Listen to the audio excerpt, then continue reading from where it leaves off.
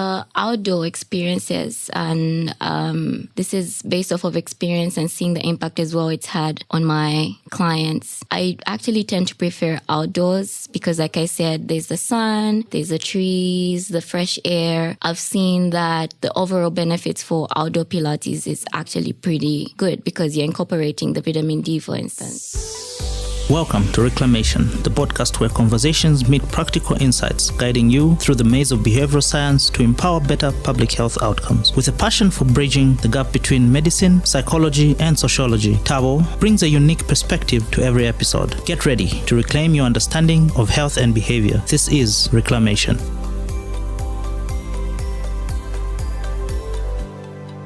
Welcome to another episode of Reclamation. So I'm actually excited today because we have our very first guest on the show. Today we have a special guest who has made a remarkable transition from the legal world to the wellness industry. Hey? So please welcome Mulenga Kapotre, a former lawyer who now runs a successful Pilates class in Zambia. Welcome to the show, Mulenga. Thank you so much. I'm so happy to be here. I'm excited to get into nice chats about wellness and Pilates. I'm so happy you are here because, you know, I've been reaching out to you since, what was it, last month, 2 months ago? Maybe and I'm like, 2 months. Yes. Yeah, you were relentless, but I'm so glad you were. I'm so happy you made the time to come through. I know how busy you are. No, thank you so much for having me, and hello, everybody.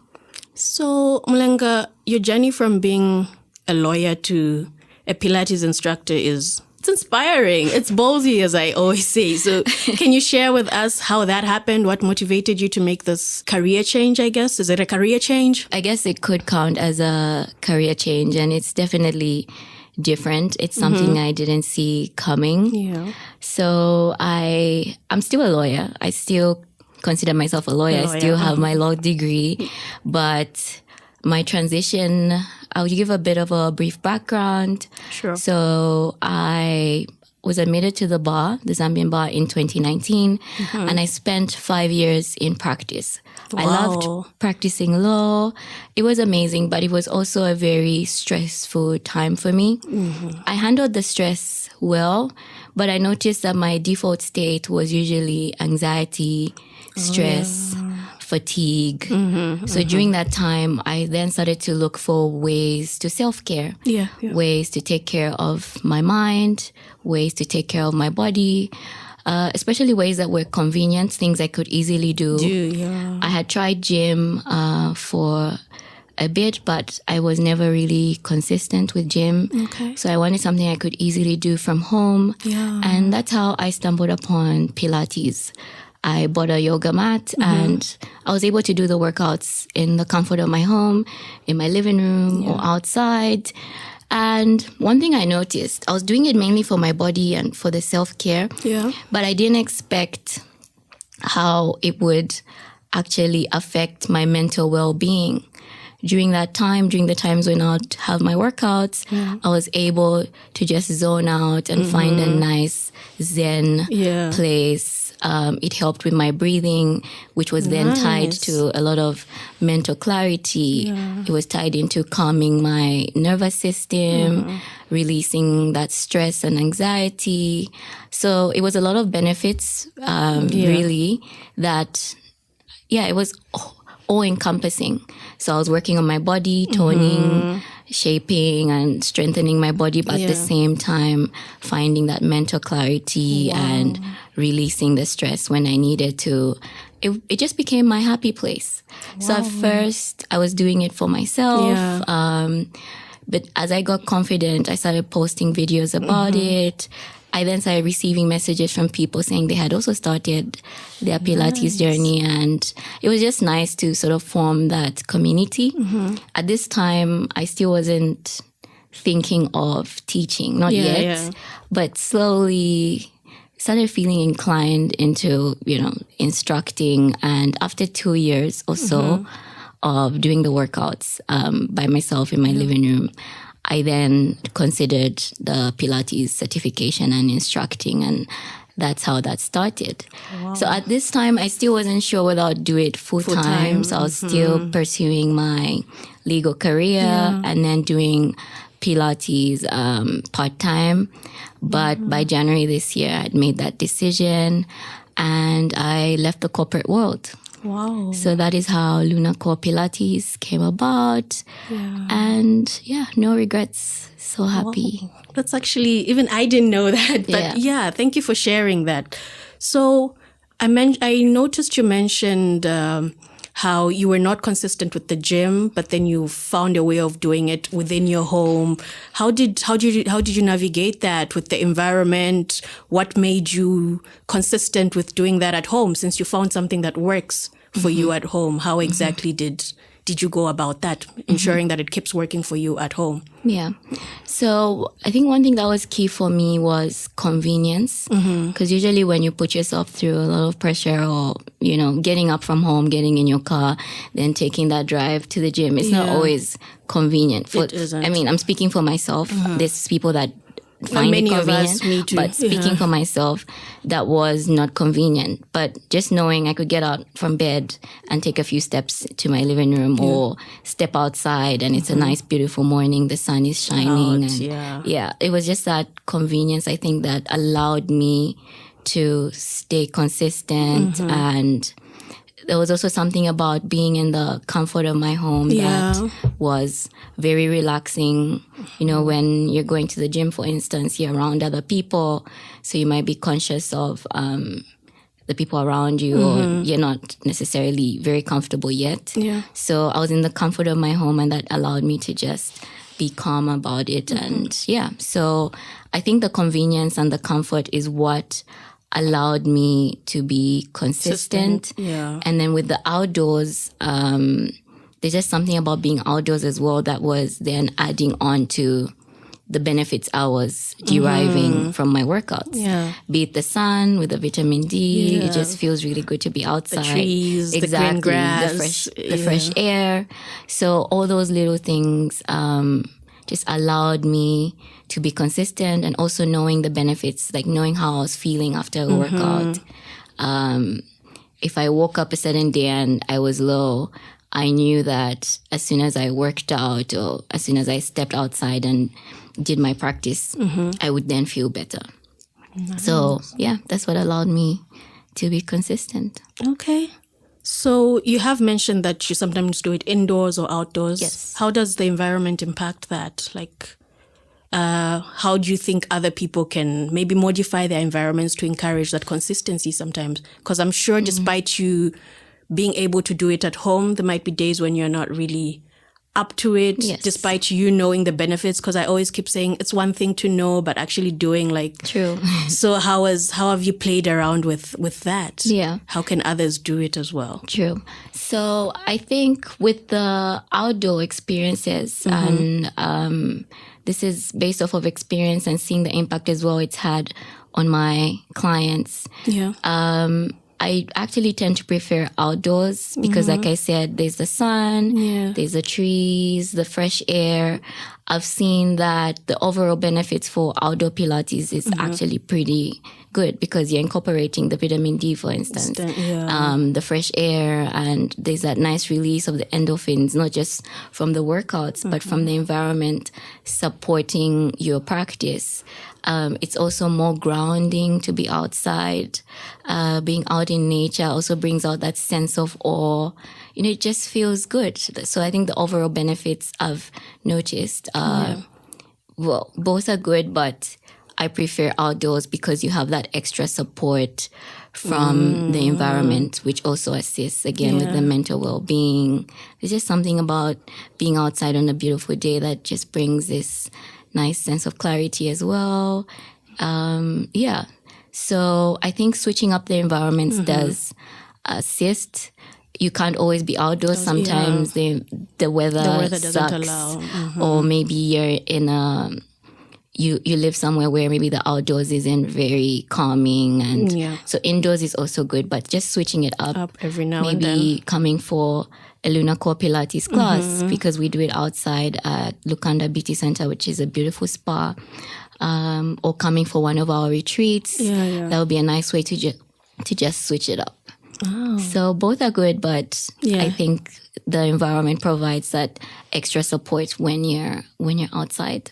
It actually does because, when I actually just found you and noticed you started doing this, a lot of your videos would be you in the grass outside. And it's just looking so pretty because I'm looking on Instagram and scrolling and I'm like, oh, it looks fancy. Like it's encouraging to say, okay, maybe I should actually sign up for a class. So you're absolutely right. The environment really does help keep you in check. It does. It really does. So what are some of the benefits you've noticed from your clients? Because I know you've been running a class for some months now. Yes. Yeah. So what are some of the benefits or the testimonies you've gotten from your clients?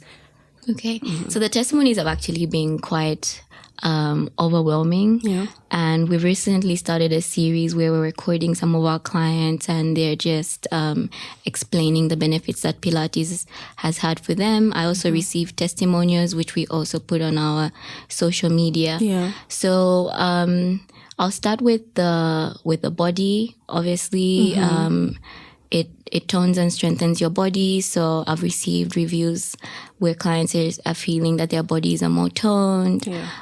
Some who were pursuing a weight loss journey have been able to lose weight. Nice. Everyone is looking for different benefits, obviously. Yeah. And going onto the mind, it's been quite grounding for, I was going to say most of them, but actually all of them, because it's your moment to just zone out and be mindful, taking a moment to breathe, and at the same time, you're also working out. So there's a lot of mental clarity that comes with that. Most of my clients have high stress jobs. So during that time, they're able to just release that stress and release whatever fatigue they're feeling. There's some people that have been able to sleep better because, there are certain hormones that are released and it just brings also that sense of calmness that helps facilitate better sleep. So, there's people that maybe were battling with low emotions or depression and this has just helped them find that sense of balance and purpose that grounds them and just helps them feel better. And there's also something about community. So with the group classes, you're able to work out with like-minded people. And there's that nice emotional support and sense of community and purpose that comes with that. So overall, lots of benefits for the mind, for the body, for the soul. It's so beautiful, honestly. Yeah, so from what I'm getting, Pilates seems to be a holistic practice. Like it benefits both the body and the mind. Yes, it's certainly a holistic practice. And what we do is when we're starting the sessions, we start with breathing and mindfulness. So the first 5 minutes is taking a moment to just relaxing your body, relaxing your mind, breathing, which is really, really good as well to get your body ready for the session, but also to ensure your mind is fully present in the moment. Our minds love to multitask. We're either dwelling in the past or planning ahead, worrying and anxious. We're in the future already. So during those first 5 minutes, we want to ensure everyone's just in the present moment. We then have the session. And at the end, again, some breathing, and we finish off with gratitude and self-love, which is another 5-minute practice where you're just taking a moment to focus on what you're grateful for that particular day, and also finishing off with some self-love, saying something kind and loving to yourself. And that is so good for the mind as well. Wow. Especially with a self-love one, saying something kind and loving to yourself. Our minds are usually so quick to self-criticize, or we beat ourselves down, or we're always waiting for other people to show us love. But in that moment, you're taking that power back, which is so good for your mental well-being as well. So it's definitely a holistic practice. Okay. Okay. That's good to know. But I'm guessing for you to be able to actually see the benefits, you would have to be quite consistent. Yes. Like, are there any tips you give to your clients that you'd like to share, one or two, or how you stay consistent? Because do you set an alarm? Do you do it every day? Do you have times of the days when you do it and prefer other times? Like, how do you make sure? Because I know you wear so many hats because you're also doing tennis now. Yes. So it's like, how do you balance all that, making sure you stay consistent with your Pilates while also doing everything else in your life? Yeah. Okay, so I'll speak for myself first and then go into the clients. So before, when I was juggling my job and the Pilates, not necessarily, I wasn't teaching yet, but when I was just doing the classes and practicing, the best time for me was after work. In the evenings, I would get home, change from my work clothes and immediately go into my workout clothes and just find a class. So that day, if I was not in the mood to really work out, I'd find the shortest class on YouTube. And, it was better than doing nothing at all. So I'd find maybe a 15-minute class and work out, and I would immediately feel better. So keeping that feeling in mind, even on the days when you're not in the mood, really does help. Of course, there were days when I felt that way and I just fell off the wagon. But again, even when you fall off, showing yourself that grace, taking a moment, and then getting back on. So evenings were the best times for me. Okay. On weekends, I would then do it in the mornings. Yes. And then now that I no longer have my 9 to 5, now that I'm teaching, actually, it's been a bit hard to set time just to practice and not necessarily setting time to set the classes. Because now it's like I'm constantly working out. So when I'm doing it with the clients, I feel like I'm working out. But I'm now trying to be intentional about actually scheduling like a full class for myself. Not necessarily setting a class or writing down my flows. I want to set time for myself to just do a full Pilates session. So for me, that now looks like doing it at least 3 times a week. Okay. Which feels like a lot because, again, when I'm doing it with the clients, it's a workout altogether. But I think I'll manage and I'll get back to you guys on that one. But in terms of juggling, like you said, I'm also doing tennis, which helps me stay fit. I've signed up with an academy, so that helps me stay consistent, knowing that I will do tennis, let's say, every Wednesday, and there's a coach too. You do tennis once a week? Yes, once a week for now. Once a week. I'm hoping to make it 2, but I have a coach or coaches under the academy. It's called Atlas that help me stay consistent. So I think having a coach and having, again, like if you come for Lunaco or Pilates, I'll be there to help keep you accountable. So having someone that keeps you accountable is a big one. Either a friend or your instructor or coach that helps you stay consistent. So that's with me. And with my clients as well, I come in to help them stay consistent as their accountability partner. But I actually have to give it to my clients. They are generally just consistent even without me.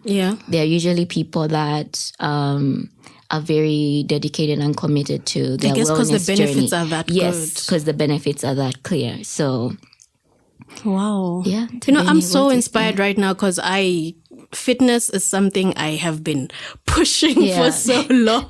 It's just so hard. And here you are talking about doing your Pilates 3 times, doing tennis and wanting to add another day. And I'm like, how does your body feel?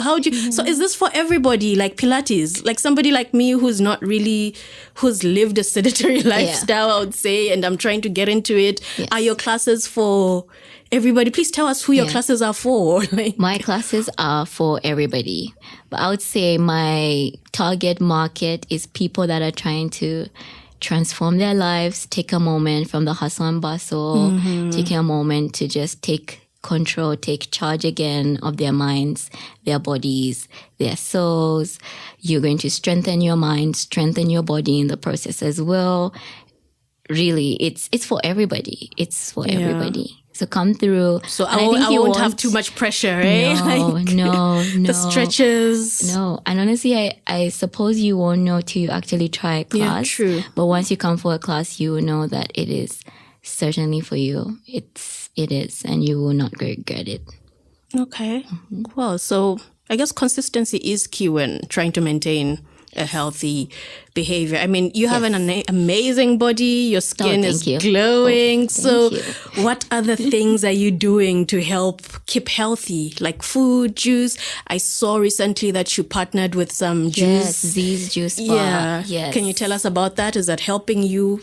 Yes, certainly. Diet is a big one, and that's something I'm still working on, and I'm hoping as the year goes on to work with some nutritionists as well, just to help me, because I actually do have a bit of poor eating habits. But some of my clients work with nutritionists. One of my clients is actually a nutritionist. Nice. So they're able to give advice on diet that will facilitate mental health and also help you with your weight goals, if you have any, and just your overall well-being. Yeah. So I'm still working on that one. Actually, I can't speak too much on the diet one because it's something I'm still figuring out.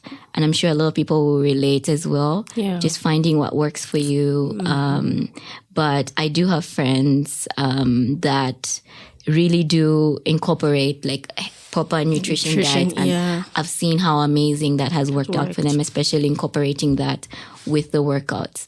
It's a holistic approach to your mental wellness, and it's beautiful to watch, and I want that for myself as well, actually. So I'm also still learning, still growing. And the good thing about what I'm doing as well is the collaborations that come with it, like you said, with the Z's Wellness Bar. It's just beautiful to see different ways that, like-minded people can come together and work together. So excited to see where that goes. There's other juice bars as well, like Real Raw, that I can't wait to work with. Nice. So we'll see. On the skin side of it, I have a really good friend that has a skin business and a spa. Yeah. So she's the one that really puts us on. It's just a holistic thing. It really is. Because it all comes into the wellness thing. When your skin is healthy, you feel better as well and more confident.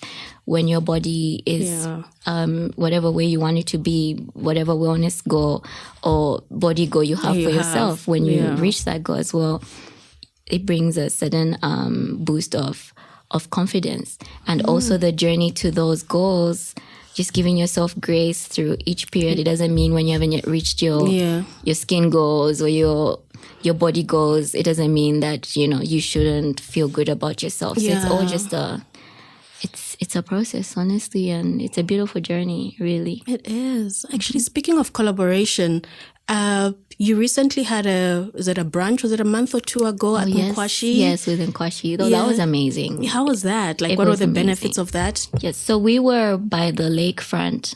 And it was really, really, really beautiful. So the session was just right in front of the water and everything. I can imagine. It was amazing. And again, doing the Pilates outdoors in a beautiful space, it just adds on to that grounding and that mental clarity and relaxation that just works really well with your workouts. We have a few other things planned with Nkwashi, so I'm looking forward to that. And I encourage people to come through. We had a nice brunch afterwards. We took a hike. Hopefully. Healthy foods. We took a hike. That was also really nice. It was like a walk around the lake. So yes, all those things honestly add on to just feeling really good. Mind, body, soul. That's really nice to hear. And was this for both males and females? Is Pilates, because I know every time we think of Pilates, it's the ladies. Yes, it's mainly the ladies, yes. So Pilates is for both men and women. We have a lot of athletes around the world that are now incorporating it into their routines because they're starting to see the benefits. It really does strengthen, especially the core, which is key to any sport, really. Even if you're not playing sport, it's key to your well-being, your overall well-being. So definitely Pilates is for both men and women. For the events, whenever it's just women, we do make that announcement. So the brunch at Nkwashi was only women. Okay. So whenever it's just women, we do let people know. When it's combined, we let people know. And for my classes as well, there's a women's only class and there's a mixed class where men are free to come. That's beautiful to hear. You're creating a very nice space for we the women. Well, no, it's amazing, and I'm always championing women just finding their power and following their pursuits and crushing their goals, but not just, in the office or in their business, but also in their own personal lives. And something about finding that balance and grounding yourself, mind, body, soul, that also just helps boost all of those things that you have going on. And also taking a moment to just pause from the world. Yeah, from the world, taking time for yourself, It's self-care. Yeah, it is. And I think women really deserve that. They really do. We wear so many hats, and it's nice to just take time for yourself, to pour into you, to take a pause from being a mom, being a sister, being all those hats that we wear. Okay. Yeah. So what do you have planned for Lunar Core Pilates? Anything coming up? Anything interesting? What's happening in the next, I think, between now and the end of the year, maybe? Oh. What should we look out for? Okay. So some are still in the works, some are surprises. But next month, you can look out for another collaboration with Nkwashi. Okay. A few months down the line as well, we have an upcoming Pilates retreat, Lake Malawi with Robin Pope Safaris. Wow. So it was supposed to be end of June, but it was postponed, and we'll announce those dates as well. That as well will be beautiful by the lakefront. And you mind telling me more about that? I'm curious. So what does that mean? What are people traveling for? Why should I join? Why come for a retreat? Especially if you're going to cross the border literally to another country. It's a beautiful property. I haven't been yet, but I've seen the videos and the pictures, and I've had people that have traveled there and they've given beautiful reviews. So with the Pilates retreats, we'll have workouts every mornings and some evenings, and it's an adventure retreat as well. So, there'll be fishing and kayaking and sailing on the boats. Really just being out in nature and finding that balance and inner peace, but at the same time you're working out, having chats, wellness chats with like-minded people, all encompassing. And really, that sounds really, really, really exciting. I highly recommend it. And we usually do the same things. Everyday society, we do the same thing. So why not take a moment to just try something different? And that's, I think, an exciting way to give that a it really shot. is some self-care. Like, we deserve it. Yes. Is it for women only? Which one exactly? The retreat? No, men and women. Nice. Men and women. Okay, that's good. So we'll announce the dates hopefully soon. Okay, so how do we know when you announce the dates? How do we find you? Where are your classes? Online presence? Yes, so online presence, we have an Instagram page, Lunar Core Pilates. Lunar Core Pilates. Yes, Luna with an R. We have a website as well, www.lunarcorepilates.com, so you can learn more about Pilates, learn more about my journey, see some of our reviews as well. And yes, so website and Instagram is where you can find us. That's where the announcements will be made. And also LinkedIn. We have a LinkedIn page, Lunar Core Pilates. So yes, you can search for us and join our loving community and see what else we have lined up for the rest of the year. Wow, nice. Thank you so much for sharing this. It's inspiring. And I'm sure for somebody listening, they'll be like, okay, I need to actually consider this and do it. Yeah, so is there anything else you wish I had asked? No, I think you've been amazing, actually. I think you really asked. Thank you. As the first guest, thank you. This was an amazing chat, and I'm so glad we finally did this. And it was so nice to just talk about my journey and also share the benefits of this world that I'm now in. And you're doing an amazing job. Mental wellness is a big thing, and it's something that we should all prioritize. We should. We really, really should. And it shows up in different ways. Be it the stress, like we've talked about, the fatigue, or, having these negative thoughts that are always taking you around in this spiral, all that is mental wellness. Like you need to just take a moment to self-care in a healthy way. Yep. Yeah. In a healthy way. So I'm glad that you've created this space, and I'm honored to be here. Oh, thank you so much. We could go on and on, but yeah. I'm so happy to have you here. I can't wait for this episode to air. But thank you so much for having it. So to our listeners, I hope you found this episode as inspiring and informative as I did. Remember, our environment plays a crucial role in your health behaviors, and making small changes can lead to significant improvements. So if you're in Zambia, if you're in Lusaka, be sure to check out Lunaco Pilates for classes and start your transformation journey. That's it for this week's episode. Thank you. Thank you for joining me till the very end. In the world of behavioral science, every ending is just the beginning of something new. Please remember to subscribe, leave a comment, and stay tuned for more adventures in behavioral science as we continue our journey towards a healthier, more informed decision making. Until then, stay curious, stay vigilant, stay healthy. This is Tabo Lukato Hadunka signing off from Reclamation.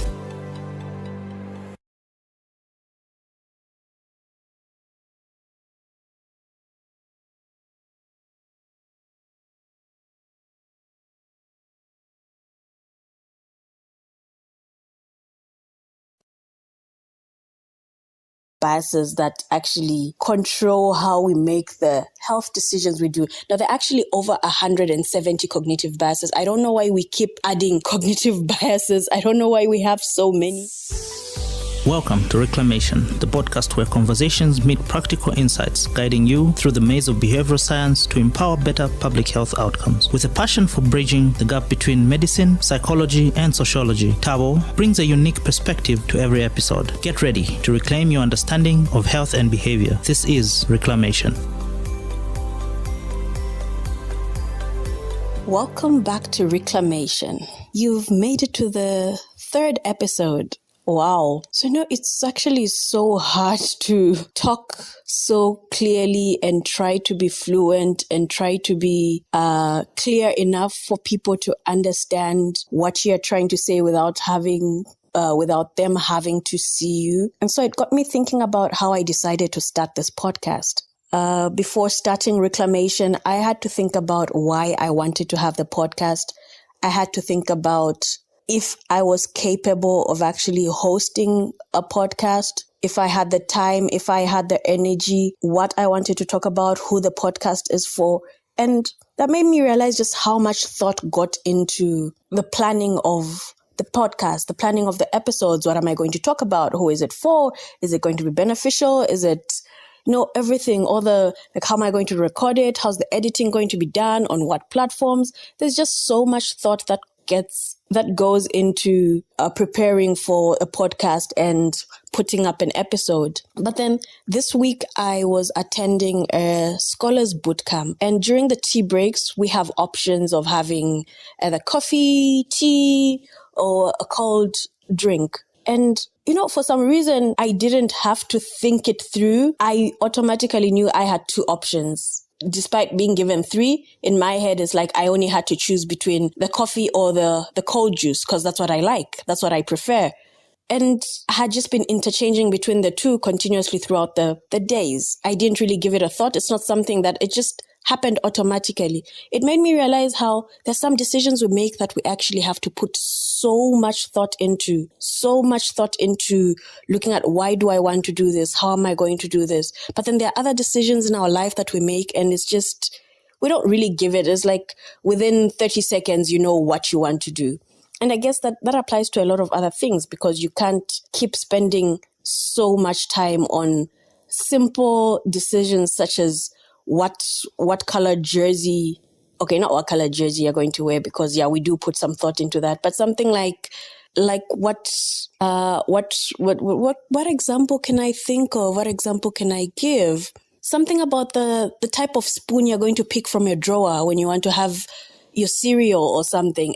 I don't think it's something a lot of us go, and stand there and weigh the pros and the cons and the what and why do I want to do this? What's going to work better? You just pick the quickest because it's either what you do all the time or what you've seen being done by most people. And that is what we're going to talk about today. This episode is about cognitive biases.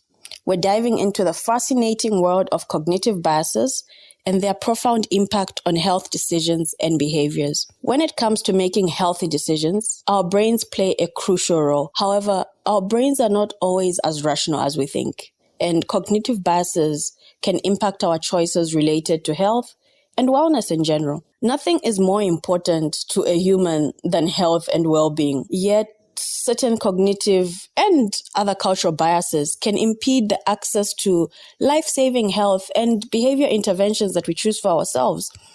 So cognitive biases are like silent puppeteers, I guess, pulling the strings of our mind and guiding our decisions in ways we might not even realize. So we're going to explore a few of the cognitive biases that actually control how we make the health decisions we do. Now, there are actually over 170 cognitive biases. I don't know why we keep adding cognitive biases. I don't know why we have so many, because I feel a lot of them keep overlapping or are somehow similar, or some I feel are actually the same thing, but then just very minimal, almost insignificant differences. But hey, I'm not on that level yet to argue as to what. So I picked 4 of my favorite that I think every single person should know. If you're trying to make better decisions in your life, if you're trying to make better decisions affecting your health, you really need to know these 4 cognitive biases and how they're actually working in your life, how they show up in your life without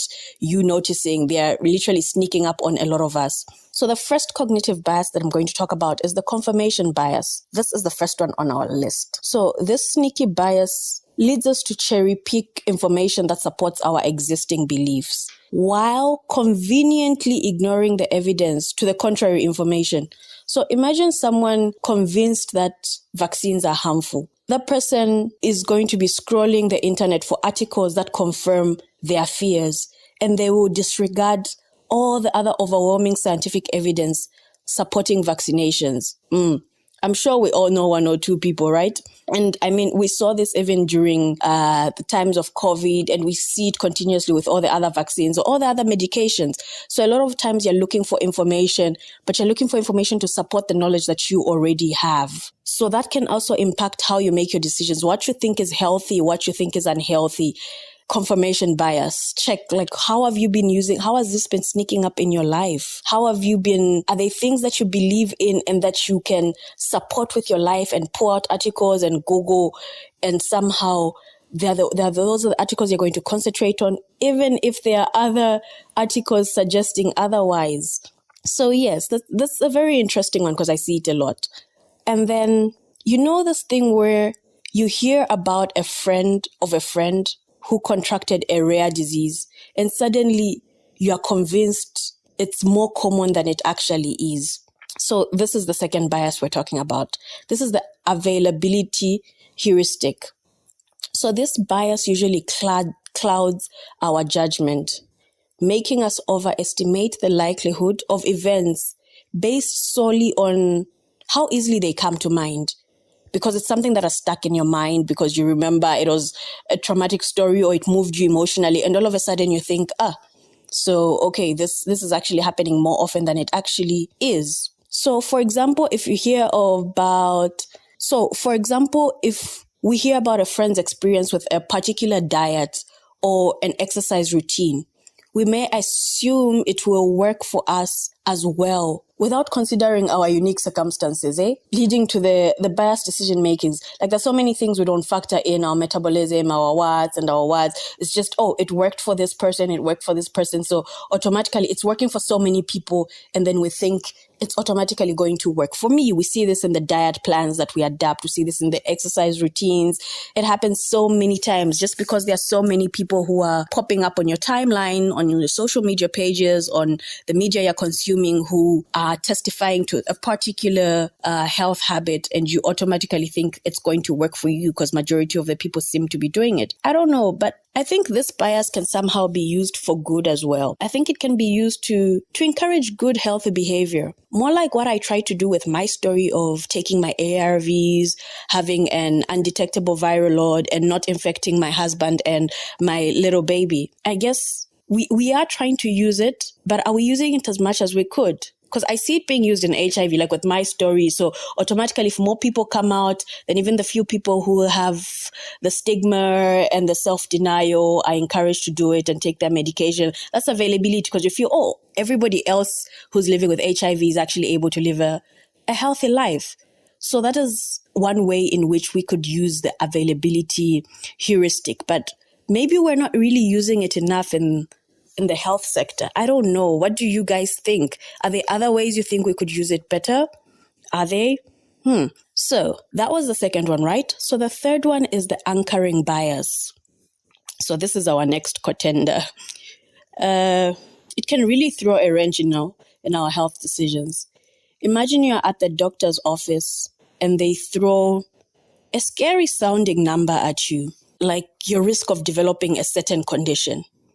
That number sticks in your head like glue, influencing your perception of risk, even when other factors suggest otherwise. So the anchoring effect states that an individual's decision is influenced by the first point of information offered or the reference point, hence the anchor, like the binding, like the first piece of information you have, the first thought that comes to mind, you stick with it and you go with it forever or for life.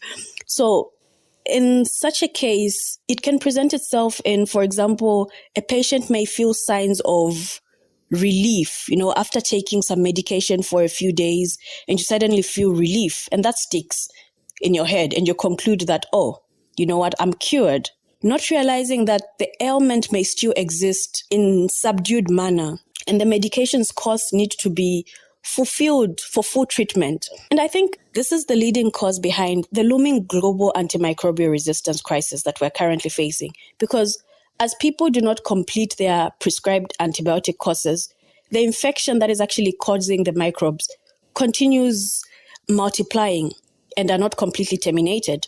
Instead, they grow resistance to the microbials and become immune to treatment. We see this in so many antibiotics. We see this even the TB resistant, the multi-drug resistant tuberculosis. It's seen in so many other diseases as well. And hence we have this AMR crisis currently. So it's like anchoring biases or the anchoring effect. It's actually interesting how it is affecting our health. It's affecting us individually. It's affecting our community and public health in general. So moving on to the very last bias that I think is important for you to know. In the last episode on the rat pack and how the environment affects health behaviors, I talked about how I managed to adhere to my treatment by taking my ARV drugs and putting them near the socket in my room.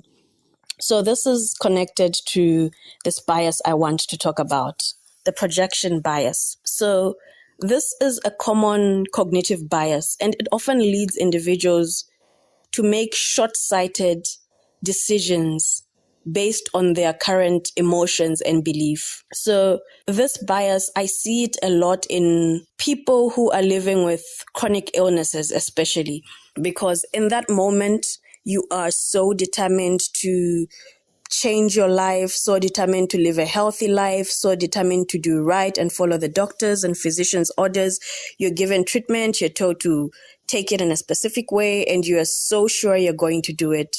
And 3 days later, a week later, you are actually not taking it the way you're supposed to be taking it. This is the projection bias. So this bias arises from the tendency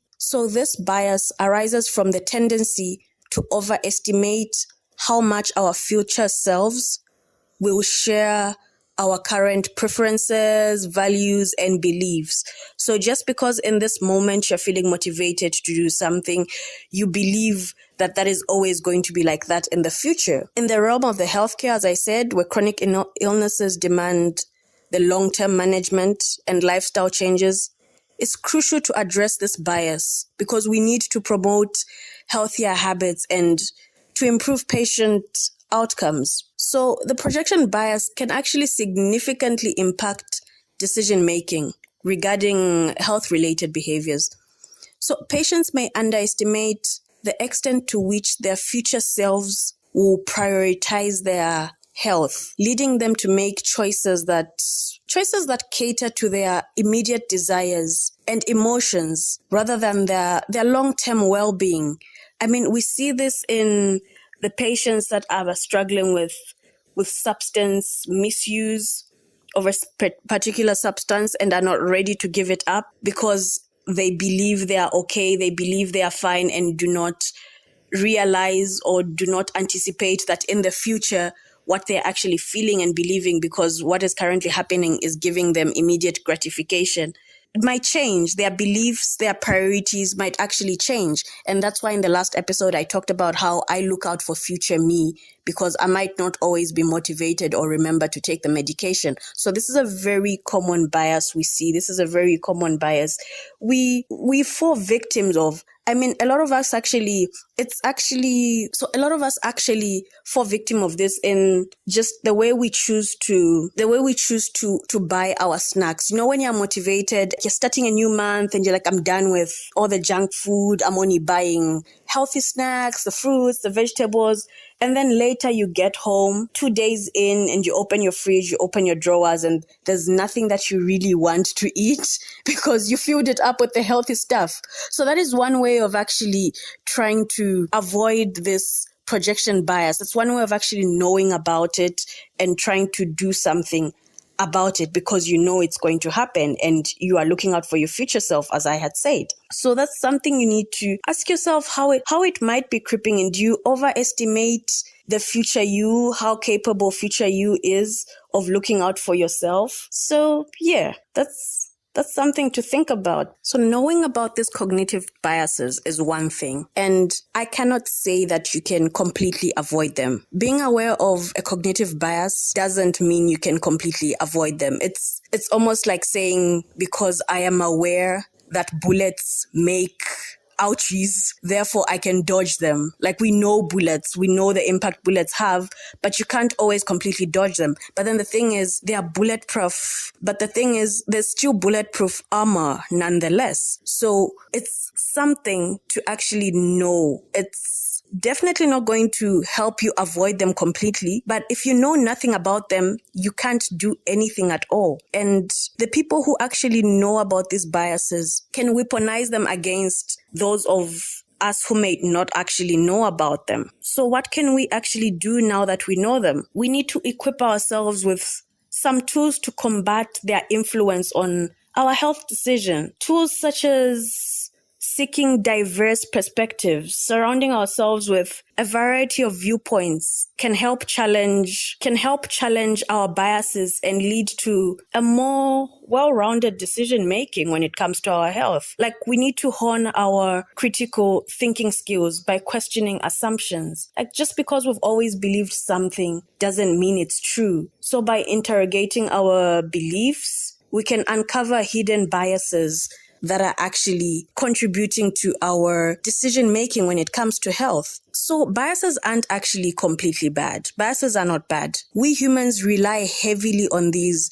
cognitive biases as they can actually help us. We wouldn't want to unlearn all our autopilot features that help us get throughout the day without having to spend ridiculous amounts of brain power making small decisions. But that self-awareness can be really helpful to make sure we are not on autopilot all the time for decisions that actually do matter. So what biases have you actually been falling victims of? Can you think of any? Have you looked up any others? What other interesting biases have you found? As I said, there are over 170. So how are these biases appearing in your life? How are they affecting that health behavior you have been stuck to, that you've been believing in with all your heart? Like, I'm hoping me sharing a bit about this will open a worm of you wanting to seek more knowledge into looking at this and trying to avoid it and be wary of it and make sure that the people who actually do use these biases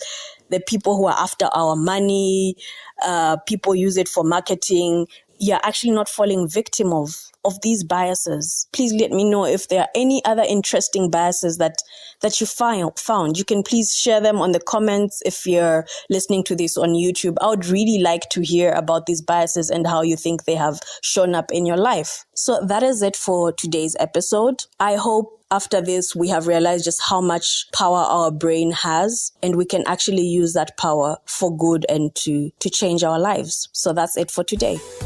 Thank you for joining me till the very end. In the world of behavioral science, every ending is just the beginning of something new. Please remember to subscribe, leave a comment, and stay tuned for more adventures in behavioral science as we continue our journey towards a healthier, more informed decision making. Until then, stay curious, stay vigilant, stay healthy. This is Tabo Lukato Hadunka signing off from Reclamation.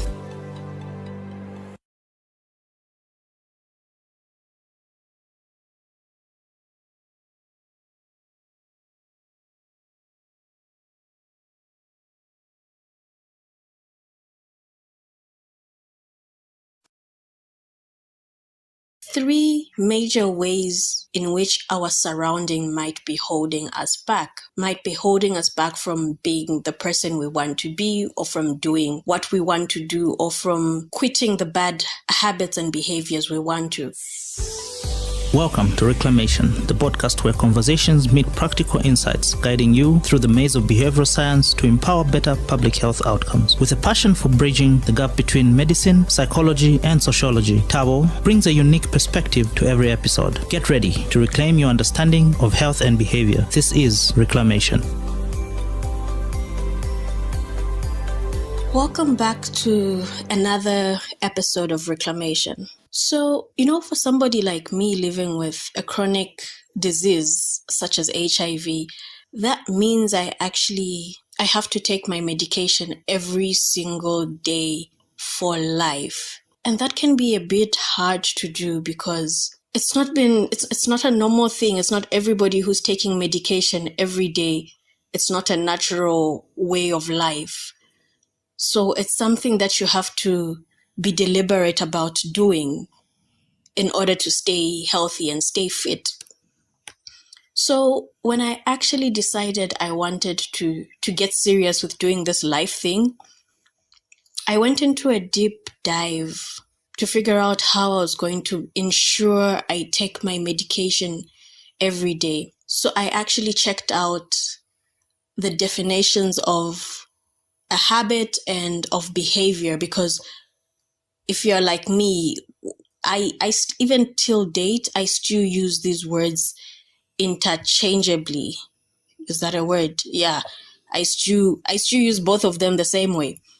So I found that the definition of a habit is the impulse to do a behavior with little or no conscious thought. So I was like, okay, so this is what I actually need to do in order for me to make sure I'm always taking my medication, because I'm going to be taking it for life.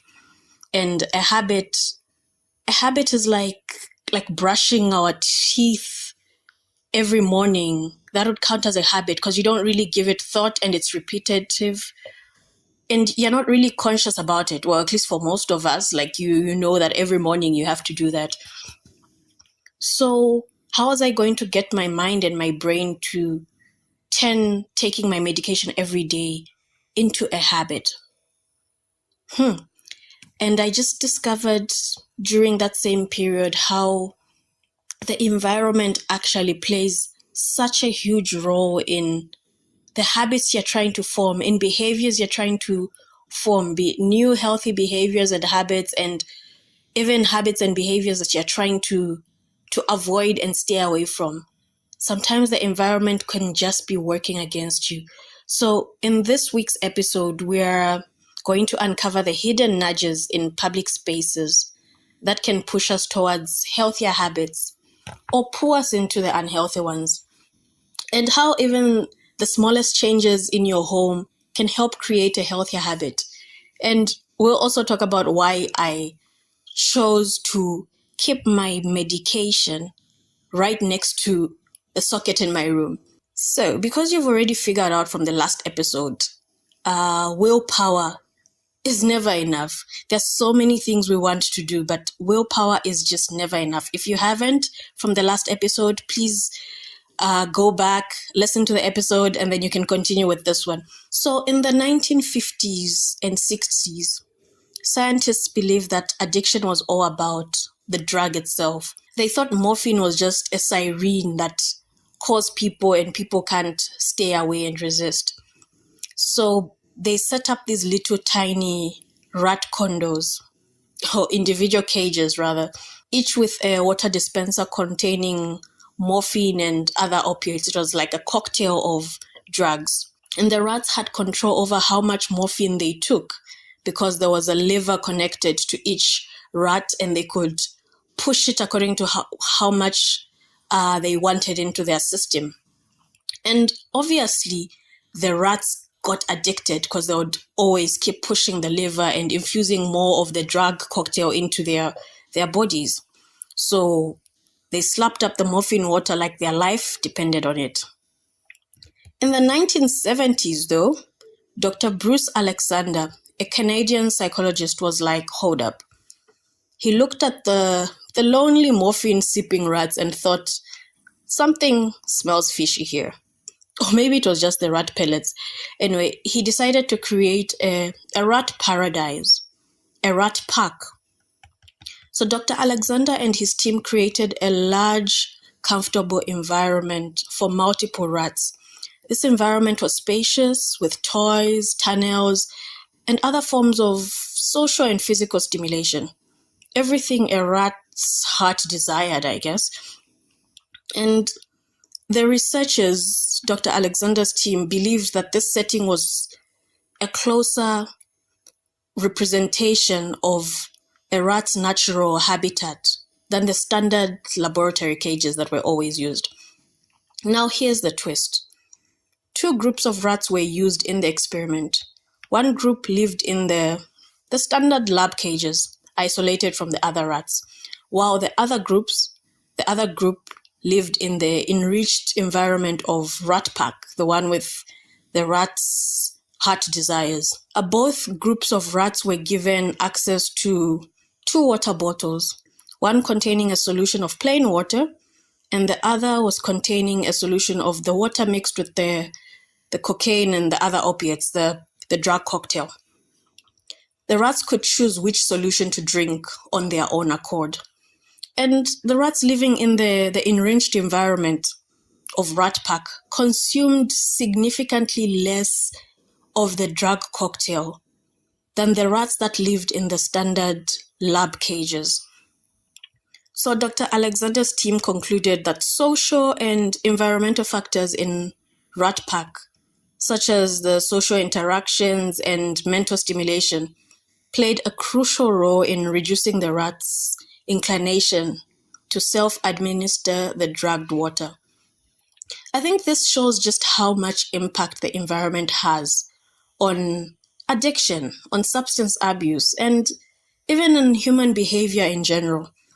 So our environment, obviously, unlike the environment created by Dr. Alexander, the rat haven he created, the Rat Park, is far from stress-free. Like, it's almost impossible to recreate the perfect world, the utopia, where there's socialization and every of your heart's desires. Worse still, as far as I can tell, we will, for the foreseeable future, be unable to create such a utopia for most people on Earth. So we really have to work with what we have in a way, or change what we can change. And that's what we're talking about today. I like to believe there are 3 major ways in which our surrounding might be holding us back. Might be holding us back from being the person we want to be, or from doing what we want to do, or from quitting the bad habits and behaviors we want to. And I think it's very important for anybody who is actually trying to develop a new habit to be wary of these 3 things. I think you being aware about them and knowing how to go about them is very important for you to achieve the goal that you're trying to when it comes to health behavior and behavior change. The first one being the environmental triggers. Like what around you, what in your environment is encouraging that behavior that you want to get rid of, that behavior that is affecting your health or your mental well-being. Like what about your environment? What about your living room? What about your bedroom? What about your workplace? What about your classroom or your school or the paths you decide to take is actually enabling that? And that's something that we need to be really conscious of. It's like what routes do you choose to take when you leave the office and head back home? Are you continuously using that exact same route which has that drive-through and you're trying to avoid, and yet you're trying to avoid fast food? But you always end up after a very busy, exhausted work day right in front of the road that has a drive-through, and you pass there and make the same order every other day. So those are the small things in our environment that we don't really think of that might be actually enabling a habit you are trying to quit or to get rid of or to reduce on. So it's looking at your space, looking at the space in your home, looking at the spaces you spend your day at, looking at the places you choose to go to. How are they encouraging the behavior you're trying to achieve? How are they getting you closer to the version of the person you want to be? And how are they hindering that? And when you know that, you can actually try to do something within your power. And the second thing, actually, on the first part, I've just remembered a story I was told. So in this particular village, they had an issue with littering. So littering was a huge issue in this community, like plastic bottles, wrappers everywhere. And I think this is something a lot of us in Zambia, a lot of us in Lusaka can actually relate to. But then something changed. The community came together to paint murals on their buildings, celebrating their natural heritage, depicting scenes of clean, litter-free streets. And guess what happened? Just because of that facelift, littering rates dropped significantly. People started taking pride in their environment, keeping it clean for everyone to enjoy. So it was such a simple change as just the visual stimulation of the community, seeing how clean the buildings are looking and how attractive they are. And that was encouraging people to decide to also keep their streets clean and make sure that they actually place their plastic bottles and wrappers and the trash where it actually belongs. So that's a very small, it seems like a very small act, but you'd actually be surprised just how huge of a difference it makes in trying to get a group of people to behave in a certain way, or trying to get even you as an individual to behave in a certain way that you're actually trying to. The next point is the social norms and the peer pressure. Hey, guys, peer pressure isn't for teenagers only. A lot of times when we talk about peer pressure, we're thinking kids, we're thinking teenagers, adolescents, but peer pressure it's continuous. It's one constant through life. It's just that sometimes we deny just how much influence our peers, our friends, our family, our acquaintances have on us and the things we do. So social pressure really affects our choices. It's very hard to quit a habit when everybody around you is engaging in the same thing. It's very, very hard to stop taking a substance when the circle of friends you keep still indulge in that. It's possible. I'm not saying it's not possible. It is possible, but it's extremely hard, and you want to make your life easier if it's something you're trying to cut down on. So it's It's what about the social norms and peer influence? How are those affecting or holding you back? Like at gatherings, you're faced with peer pressure to drink alcohol, you're faced with peer pressure to smoke, but you have to be prepared for that peer pressure, I guess, and find an escape plan or find a way of going about it. Is it finding circles of friends who do not indulge, or limiting the amount of time you spend with specific people or around certain people? It could be you just making a plan of what you are going to do when you are in that environment. I know the one thing that is hard for a lot of us is dieting, especially during the festive season. Very few people will tell you that the festive season is when they gained the most weight, especially here where we really take that serious. Like December. December is the time when the most alcohol is consumed, the most food is consumed, and it's so hard to stick to a diet plan if you're on a diet plan and you're trying to reduce your calorie intake or trying to avoid certain type of food. It's extremely hard. So it's you knowing to say this is going to happen. So what are we going to do about it? What is in my control? How can I go about it? Because now I know, because it's one thing to know, but then it's about what action am I going to take? Because I'm aware of the social norms and the peer influence and how they are affecting and standing in the way of me being this person that I see myself being. And the third point is availability and accessibility. So this point is actually interesting because it takes me back to the rat pack, our little rat avengers. So, a lot of studies have shown that with most human beings, when it comes to healthy behaviors, if you are actually given both options in equal amounts, like the healthy behavior and the unhealthy one, and none of them is forced on you and it's just all things equal, a lot of the times, majority of the people would opt for the healthier option, the healthier habit, the healthier behavior, the healthier action. So a lot of the times, what the unhealthy habits that we indulge in, it's simply because you didn't have the healthier option pushed into your face as much as possible. So it's how often are you surrounding yourself with the healthy options?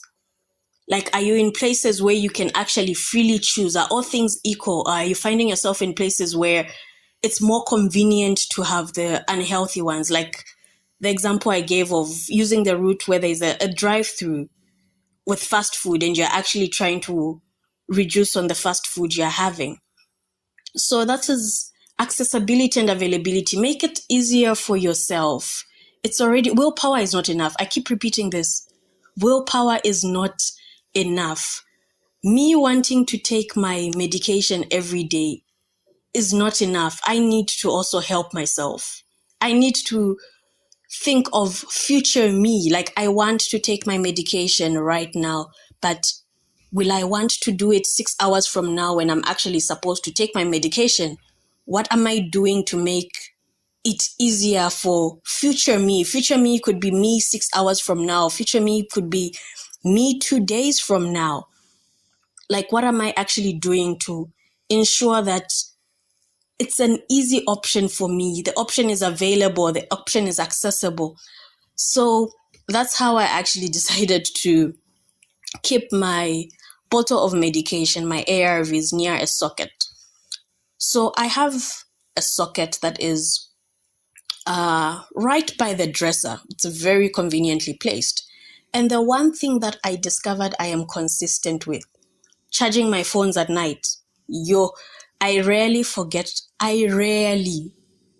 to charge my phones at night because I want to wake up and have my phone's on 100%. I am assured that I'll be on my phone, I'll be online, I'll be able to communicate the whole day. And as we discussed in the first episode, the results of instant gratification, like behaviors that give you instant gratification, are easier to maintain.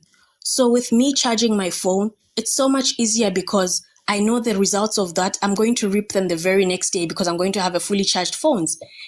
And I'm also going to know to say the repercussions of not actually putting it on the charger means I get to move around without a charged phone. I am not able to communicate with my husband, with the nanny at home, with friends and family. And it's extremely inconvenient. So that was always going to push me to want to put my phone on the charger. And I think it has now turned into, it's a habit. It's something I don't think of. Immediately it's time for bed. I get into the room. What I'm doing is connecting my phone onto the charger, the socket, and charging it. So I discovered that usually when you're trying to develop a new behavior and turn it into a habit, it's so much easier if you're piggy banking on a habit that you already have. So the putting my phone on the charger is an existing habit that I've been doing for a very long time. So in order for me to remember to take my medication every single evening, I decided I'm going to place my drugs right at the socket. So that way, I never really think about, I have to take my drugs. But once I get into the room and it's time for bed and I'm connecting my phone onto the charger, what I see is my drugs. And automatically I'm like, oh yeah, I need to do this as well. And that's how I have ensured that I take my drugs every single evening. So if I do not charge my phone that night, the chances are very high that I've not taken my medication, unfortunately. But it's made my life so much easier. It's something that I've eventually turned into a habit or close to a habit, I guess. So that is me trying to manipulate my environment. I made it accessible. I've made it available. I've made it right, making sure it's right in my eyes before bedtime. And I've used a habit that already exists, one that has immediate gratification and immediate repercussions if I don't do it. Because, if I left it all to just taking the medication, the repercussions of not taking the medication, I'm not going to see them within a week or within a month. That's the thing. So this has really worked for me. So I'm urging a lot of you to think of what in your environment is working against you being the person you want to be, and what is actually helping you. What can you take advantage of? How can you change your personal space to encourage that habit that you're trying to form, to maintain that habit? It's not enough to want to. The willpower and motivation is not enough. It's really not enough. So how are you helping yourself to actually continue being or working towards being that person or the version that you want to be when it comes to your health, when it comes to your well-being? So there's actually a second part to Dr. Alexander's experiment. The rats, remember them, the rat pack? So Dr. Alexander wasn't done. Remember the experiment? He had the rats in the lab cage and he had the others in the rat pack. So he wondered, can we unaddict the addicted ones, the addicted rats? So what he did is he went further and he took the rats which had been in the lab cages, the typical lab cages, the ones that had been on the morphine bender for weeks. He gave them options of the plain water or maintaining the same morphine drug cocktail. And you'd be surprised how many of the rats opted for the plain water, even though they had already been addicted to the morphine and had turned into addicts. But once they were moved into the new environment where there was everything to play with, the socialization, the stimulation, the rats' heart desires, a lot of them opted to be taking the plain water, despite them having withdrawal symptoms that were unpleasant. So again, this actually reinforces just how much of the environment actually plays a role in behavior, in both forming new behaviors and in getting rid of bad behaviors. So our environments actually matter a lot. And we are not just chemical reactions. We are social creatures. Our cages, whether literal or metaphorical, they really do affect our behavior. Things like loneliness, stress, and disconnection, they are real villains. So as we navigate our own rat packs, filled with screens, concrete jungles, and the Wi-Fi passwords, let's remember that connections actually heal and purpose empowers. And maybe, just maybe, we can unaddict ourselves by creating our own rat pack. Now, like we've already established, we can't control every single aspect of the environment and the effects it has on us. And to make matters even more complicated, we know that there are biological influences related to genetic differences, the neonatal birth-related circumstances, early nutrition, and all those, and how they can affect and alter brain mechanisms and make people more or less susceptible. This word always shows me flames, but yes, susceptible to the effects of trauma. So switching up your environment might not really be the silver bullet to behavior change, but it makes significant impact. So why not be deliberate about the parts of the environment that we can control? Because behavioral adaptation, it means people can change the way they act and what they do based on what's happening around them. When we're talking about addiction, it suggests that individuals can learn and pick up new, healthier habits to replace the ones linked to addiction. And that's the thing I'm always telling even the clients I'm seeing, that it's hard to get rid of a habit if you don't have something to replace it with. So this might include coming up with ways of handling stress, managing tough situations, and making healthier life choices. So that's just something I want you to think about at the end of this episode. Like how is your rat park looking like? How have you designed your rat park? And how can you design it further to help you achieve the goal that you want to? I hope this is something that actually gets a lot of us thinking and pushes you to design your own little rat pack in the best way possible that you can. And that's the end of today's episode. Thank you for joining me till the very end. In the world of behavioral science, every ending is just the beginning of something new. Please remember to subscribe, leave a comment, and stay tuned for more adventures in behavioral science as we continue our journey towards a healthier, more informed decision making. Until then, stay curious, stay vigilant, stay healthy. This is Tabo Lukato Hadunka signing off from Reclamation.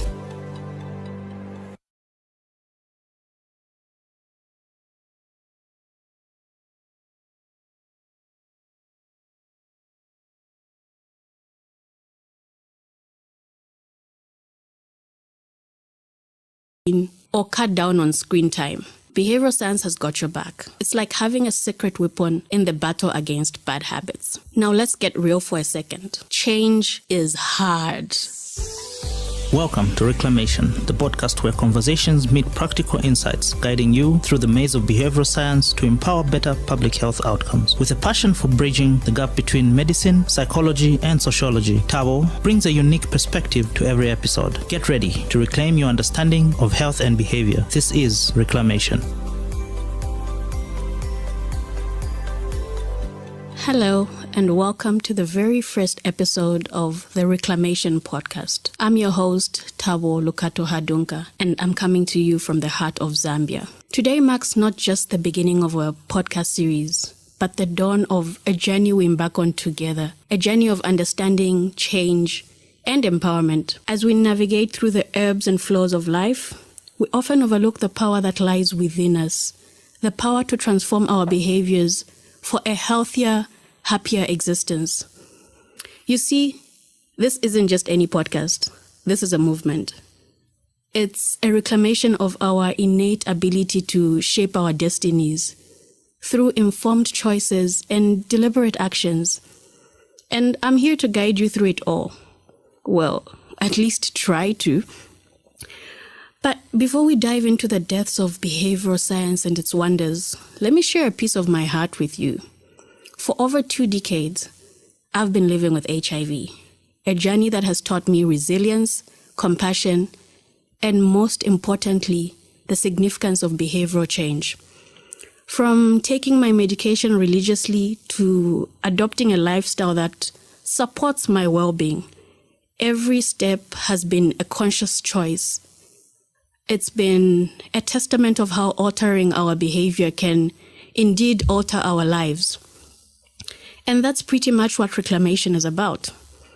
It's about reclaiming control over our health by understanding why we do what we do and how we can actually do it better. It's about bridging the gap between knowledge and action, because it's one thing to have the knowledge, but to actually materialize what you know and turn it into action, yeah. So whether you're here seeking inspiration, knowledge, or just good old-fashioned company, I promise you this: you live with a spark to ignite change within yourself and within your community. In each episode, we'll unravel the mysteries of human behavior.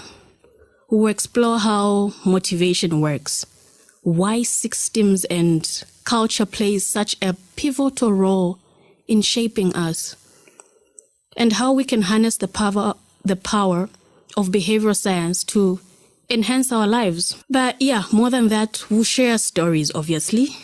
Stories of triumphs, stories of trials, stories that resonate with each one of us on a personal level. Because at the end of the day, it's our stories that bind us together in this shared human experience, hey? Okay, back to my story. So over 20 years ago, life threw me a curveball that no one could have seen coming. I was diagnosed with HIV. And this was a time when the world whispered about it in hushed tones. The future seemed like a distant dream. But here I am, 2 decades later. Not just surviving, but I don't know, am I thriving? But yeah, thriving, I guess. And I owe it all to understanding and harnessing the power of behavior change. With a little humor and a lot of determination, I decided that HIV was going to be a part of my story, but not the whole narrative. But it wasn't just about popping pills and calling it a day. Nope. This was going to be a full-on lifestyle makeover. We're talking diet changes, goodbye late-night pizza runs, right? But yeah, we're still working on that. Exercise too, because it turns out sweating is actually good for you. And through it all, I learned that behavior change is less about willpower and more about strategy. Because, we have the willpower to do a lot of things, but we somehow still do not execute them. So it's like playing chess with your habits. You've got to think 3 moves ahead and be ready to pivot when life puts you in check. Now, let's talk stigma. If HIV were a person, it would be the most misunderstood character in the story of life. So I made it my mission to set the record straight. Not just for me, but for everybody else living with this virus. We're not victims, we're victors. And if anyone has a problem with that, well, they can kindly take several seats. But humor aside, advocating for HIV awareness became more than just a passion. It's become my purpose. And I won't lie to you.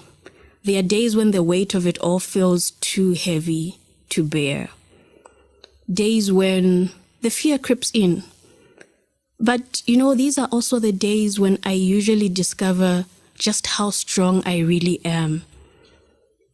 You see, living with HIV is not just about managing the virus. It's about embracing life with all its ups and downs. It's about finding joy in the little things. A perfect cup of coffee, a good hair day, which I unfortunately can't relate to right now, or even just making somebody smile. And as for behavior change, well, it's become my superpower, I guess. It's allowed me to take control of my health narrative and write chapters filled with hope and healing. So here's what I want you to take away from my story.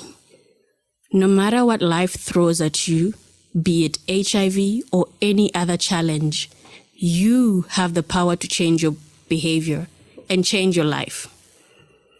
I hope that makes sense. Okay, so let's get into it. Behavioral science. So behavioral science isn't just academic jargon. It's the study of why we do what we do and how we can do it better. It's about making informed choices and taking deliberate actions that lead us towards healthier, happier lives and happier versions of ourselves. Imagine it as the GPS of human behavior. It helps us navigate why we do what we do and how we can do it better. So it's like having a personal life coach in your pocket, but obviously without that hefty price tag, eh? Now you might be thinking, behavioral science, this sounds complicated. But trust me, it's all around us. It's in the ways we choose our morning cereal, or the way we choose the route to take to work, or even how we decide to swipe left or right on that dating app. No judgment here. At its core, behavioral science is about understanding the mechanics of decision making. It's about figuring out the why behind our actions and using that knowledge to make positive changes. And here's the best part. You don't need a PhD to apply behavioral science in your life. All you need is a little curiosity and a willingness to experiment. So like you want to eat healthier? I mean, I've been struggling with eating healthier.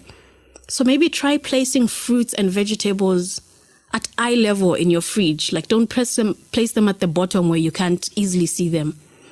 That might help and encourage you to eat healthier. Or are you looking to save money? Then set up an automatic transfer to your savings account every payday. For example, did you know that simply changing the wording on a sign can influence how many people wash their hands in a restroom? Yep, experiments have been made just from the different language and wording of a sign. The number of people who actually washed their hands after using the loo increases. Or that reducing the plate size can help combat overeating. So yep, behavioral science is that cool kid in class who knows all the tips and tricks. And let's face it, we could all use a little help in the decision-making department. Well, at least I know I could. I mean, who hasn't stood in front of an open fridge on a lazy morning, wondering if that leftover pizza counts as a balanced breakfast because it has some vegetables sprinkled on it? So whether you're trying to stick to a workout routine or cut down on screen time, behavioral science has got your back. It's like having a secret weapon in the battle against bad habits. Now let's get real for a second. Change is hard. Change is hard. It's like trying to teach an old dog new tricks, except the dog is us and the tricks are healthier habits. But here's the kicker. Change is also possible, and not just winning the lottery possible or your Betway ticket passing possible, no, but actually happening every day possible. But it's not just about physical steps. It's about mental shifts too. It's about rewiring our brains to embrace new patterns and say goodbye to the old ones. And trust me, our brains are more flexible than we give them credit for. Think about it this way. Every time you make a choice, you're casting a vote for the kind of person you want to be. So, like, if you want to be someone who exercises regularly, every workout is a vote. So you're actually casting a vote towards that version of the person you want to be. And sure, there will be days when you slip up, when the vote goes to procrastination party or binge watching bonanza, because I'd rather sit down in front of the screen than work out. But that's okay, because change isn't about perfection. It's about progress. Somebody told me that messy progress is okay. So the beauty of behavioral change is that it's not a one-size-fits-all deal. It's tailor-made to fit your particular life, your personalized goals, and your quirks. Now, I won't sugarcoat it. Transformation takes work. It's like building a muscle, You've got to exercise it regularly. But it's just like any good workout. The results are worth it. And I'm not just talking about the toned abs, though that would be really nice too. So yeah, in this podcast, we're going to explore all things behavior, from the way we tackle public health issues in Zambia to how we can transform our personal lives for the better. We'll delve into topics like mental health, holistic well-being, and yes, even how to make those pesky New Year's resolutions stick. Because, yeah, how many resolutions go just like that in the drain? So each episode will bring you insights from experts in the field, practical tips you can apply to your daily life, and personal anecdotes from yours truly. Because let's face it, sometimes you've got to hear it from someone who's been there, right? So why reclamation? Because that's exactly what this journey is about. It's about taking back what's ours, our agency over our health choices and our ability to shape our own narratives. It's about shedding the stigma and embracing science as our ally in the quest for well-being. And if you're wondering what makes me qualified to lead this change, well, aside from my professional credentials and personal experience with HIV, I'm someone who believes in the transformative power of hope and action. I have seen firsthand how small changes can lead to big results. So trust me, bro. So whether you're tuning in from Lusaka or listening from halfway across the world, know that this podcast is for you. It's for anyone who's ever wanted to make a change but didn't know where to start. It's for those who are curious about the science behind our habits, and for those who are ready to take control of their health journey. Now, when you think public health, you might picture white lab coats, serious faces. But let's start with malaria, for example, our not-so-friendly neighborhood mosquito-borne disease. We've all heard the sleep under a mosquito net a million times. But let's be real. For me, when it is hot in the middle of October, it is hot enough to fry an egg on the pavement, that mosquito net, it feels like a sauna. So how do we encourage use? Enter behavioral science. So by understanding what motivates people, like comfort during those hot, sweaty nights, we can design better interventions and not just keep making noise about use a mosquito net, let's end malaria. But why stop at health? Like, behavioral science is also transforming how we drive. Yes, I'm looking at you, mister. I don't need a seatbelt. Or even how we save money, because who wants to get into Nkongole for Christmas? Like, let's start saving now. We have 5 more months. And it's even how we vote. The beauty of this approach is that it's not about dictating behavior. It's about understanding and then enhancing it.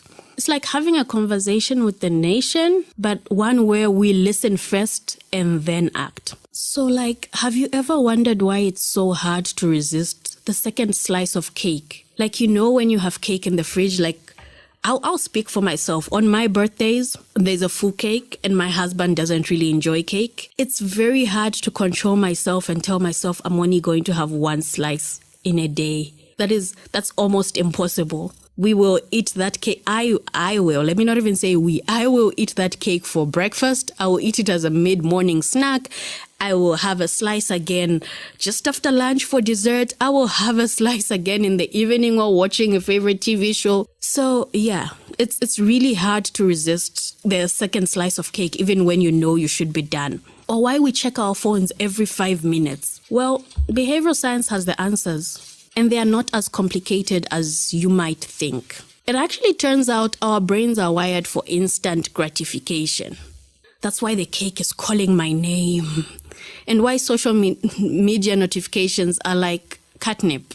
But here's the good news. We can rewire our brains. It's like updating your mental software. Right?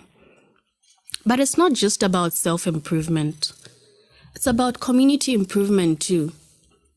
Imagine if we all used behavioral science to be a little kinder, or a little more patient, or a little more understanding.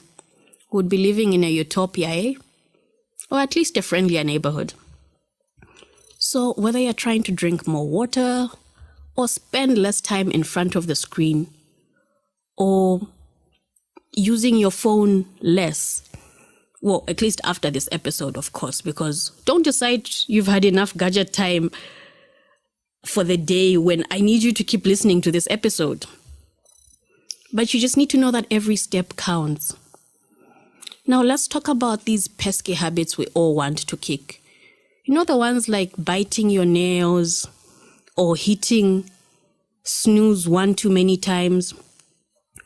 Behavioral science tells us that to break a habit, we need to replace it with a new one. So it's very hard to actually break a habit because I feel like you leave a vacuum, like you need something to fill up the vacuum. So instead of biting your nails, for example, how about drumming your fingers to the beat of your favorite song? And instead of hitting the snooze button, we put our alarms across the room. And we turn waking up in the morning into a scavenger hunt. Like put your phone away from as far away from the bed so that you're forced to actually get up and turn it off. But has anyone actually tried that though? Because I really struggle with getting up in the morning. So has anybody, I know it's something that has been circulating for a bit. Has anybody given it a try? And has it actually worked out, or have you found better ways of actually getting up early if you're like me who struggles to get up? Please leave a comment on if it actually helped you with getting up on time, or if you found another way of getting up on time. And just like that, we're at the end of the first episode. Wow, you actually made it this far. I hope you now have an idea of what reclamation is about. If you've enjoyed today's episode, don't keep it to yourself. Share the love. Tell your friends, tell your family, tell everybody about it. And thank you for tuning in today.